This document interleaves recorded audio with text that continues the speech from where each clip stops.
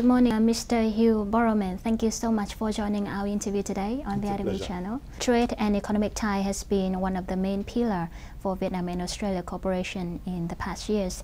What do you think we should boost cooperation in new areas to increase the trade values between the two countries in coming years?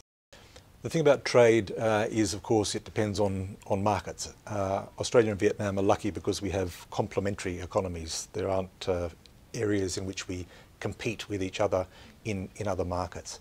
I think governments have done and are doing nearly all the things that governments can do. So we're both in the WTO, we're both in the Australia-ASEAN-New Zealand Free Trade Agreement, we'll both be in the TPP.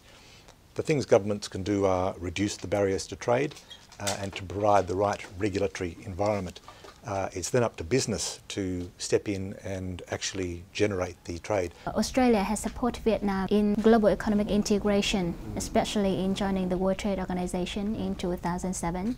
And the two countries are participating in the Trans-Pacific Partnership Agreement negotiations. What do you think are the chances for stronger commitments from the both sides as the TPP is going to a close? Well, you're quite right that Australia has consistently supported Vietnam's ambitions to integrate itself into the global economy. And we think that's a very important policy aim on behalf of Vietnam because it's through those kind of measures that Vietnam has made the great economic progress that it has. The TPP is important because it's the next stage of regional and global trade integration. Now, of course, the negotiations are still underway, so we don't know what the shape of the deal will be. What we do want to see is a strong, modern trade agreement.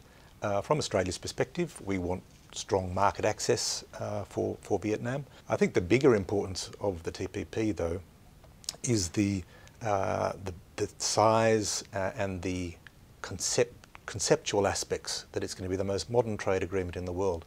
And Vietnam particularly stands to, as you know, benefit very strongly from its access from a good deal with the United States. On February the 18th, the Australian Foreign Minister paid official visit to Vietnam. After the working session with top Vietnamese officials, she announced 3 important packages to support Vietnam restructure its economy as well as improve women powers. Can you tell in details about the packages? This was the first visit by the Australian Foreign Minister from our new government was elected in September last year. So within the first 5 months, the Australian Foreign Minister has visited here. The Parliamentary Secretary for Aid also visited to start the construction of the Khao Lang Bridge. Our Prime Ministers have met in the margins of APEC. The fact that in the first 5 months of the new Australian government, all our top leaders have met indicates the strength that the importance that Australia places on our relationship with Vietnam. One of the strong things we've done throughout our relationship is to help Vietnam achieve its own development goals, and the packages that you mentioned go towards that. One of the packages was called Restructuring for a More Competitive Vietnam. This is a program to help Vietnamese officials along the lines that I described before, to train them in the kind of economic disciplines and the kind of processes that will support Vietnam's own path of economic reformation. The other 2, one is a project that is designed to assist women in northwest Vietnam get their goods to market. We had an earlier phase of the program which focused on crop selection and development and helped them to grow better crops.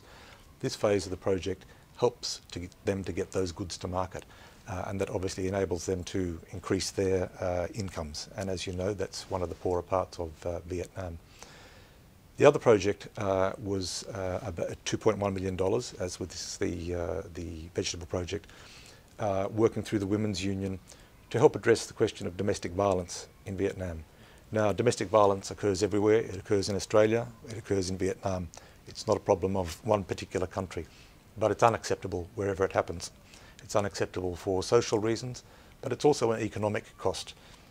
Estimates show that approximately 1.8% of Vietnam's GDP is lost due to domestic violence. Families that suffer domestic violence have lower incomes, they have lower outcomes in terms of their life experience. So it's very important for a whole variety of reasons that we combat domestic violence, and the monies that we've given to the Women's Union will help achieve that. Last year, Vietnam and Australia celebrated their 40th anniversary of diplomatic tie. And early this year, the foreign minister visited Vietnam. Can we consider these as the positive sign that Vietnam and Australia can raise their relationship to a new height of strategic partnership? I think in any meaningful sense of the word, our relationship is already strategic. But if you look at the contents of that document, it covers education, it covers development assistance, it covers defence, it covers political cooperation, it covers police training. I think in any sense of the word, that's strategic. So our strong sense is we should focus on the content of the relationship and not worry too much about the words. And certainly the ministers agreed as a result of the visit to deepen and strengthen that cooperation in the future. And once again, thank you so much for your informative sharing today. It's a pleasure. Thank you.